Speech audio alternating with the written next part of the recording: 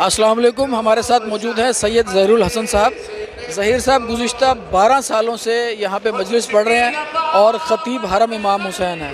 अस्सलाम वालेकुम ज़हीर भाई। वालेकुम अस्सलाम वरहमतुल्लाहि वबरकातुहू। अच्छा ज़हीर भाई, ये बताइएगा, यहाँ पे दुनिया भर से ज़ायरीन आते हैं, अज़ादार हुसैन आते हैं, पाकिस्तान से भी बहुत से लोग आते हैं, पूरी दुनिया से आते हैं। तो आप यहाँ कब से मजलिस पढ़ रहे हैं और कोई ऐसा वाक़या इन 12 सालों में जो आपने देखा हो तो प्लीज़ हमारे नाज़रीन से शेयर कीजिएगा।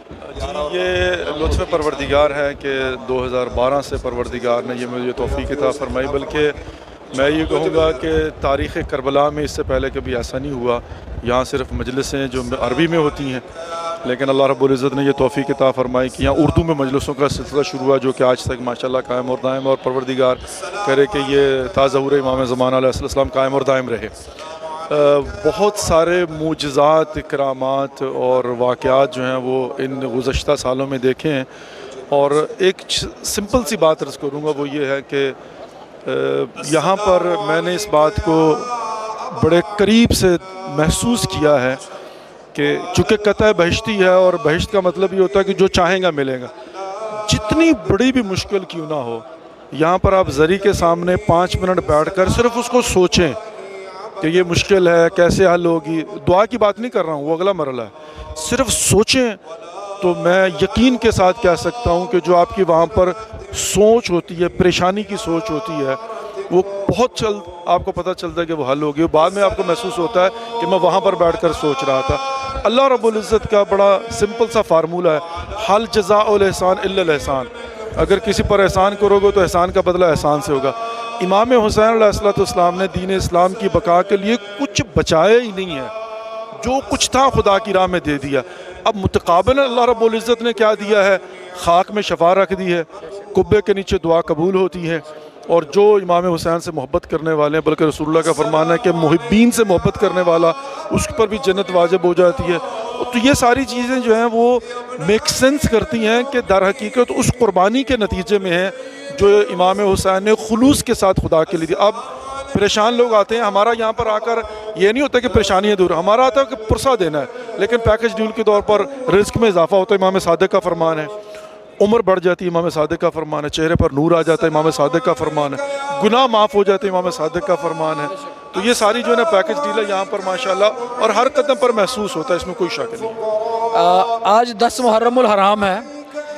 एक तो दिल की कैफियत अपनी बताइएगा, दूसरा करबला का जो मार्का है, जो शहादत आपने और आपके अहले बैत ने, हज़रत इमाम हुसैन ने और उनके अहले अयाल ने जो शहादत ली, शायद अल्लाह ताला के पास इससे बड़ी कोई कुर्बानी नहीं थी अपने दीन को बचाने के लिए। तो एक तो ये वजह हो सकती है कि अल्लाह ताला ने यहाँ पे इतनी करामात रख दी सिर्फ उसकी हाज़िरी की। अपने दिल की कैफियत बताइएगा। और हम अक्सर सुनते हैं पाकिस्तान में कि लोग यहाँ पे अपने बीमारों को, इवन यहाँ तक माजूरों को लेके आते हैं और वो ठीक होकर यहाँ से जाते हैं। अगर आपने अपनी आंखों से इस तरह का कोई वाक़या देखा हो तो प्लीज़ बताइएगा, और अपने दिल की आज की कैफियत भी शेयर कीजिएगा।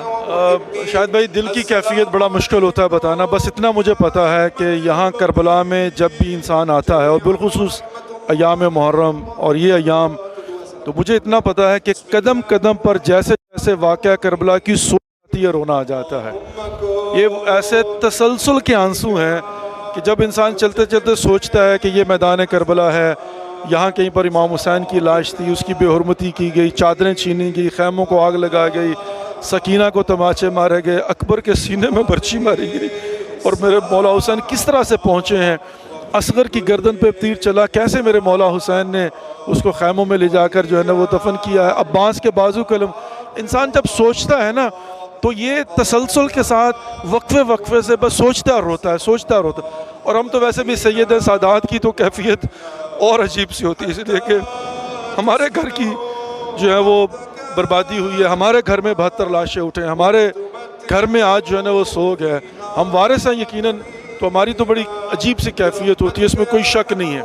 और बाकी जहाँ तक ताल्लुक है यहाँ पर करबला के अंदर जो पूरी दुनिया से ज़ायरीन इमाम हुसैन अलैहिस्सलाम की खिदमत में ज़ियारत के लिए आते हैं, यकीनन ये तौफ़ीक़ इलाही होती है कि परवरदिगार की तरफ से जो है ना उनको हासिल होती है कि जो आते हैं और फिर जब मौला के मेहमान बनते हैं, मौला के ज़ायर बनते हैं, तो फिर मौला करीम इब्न करीम है।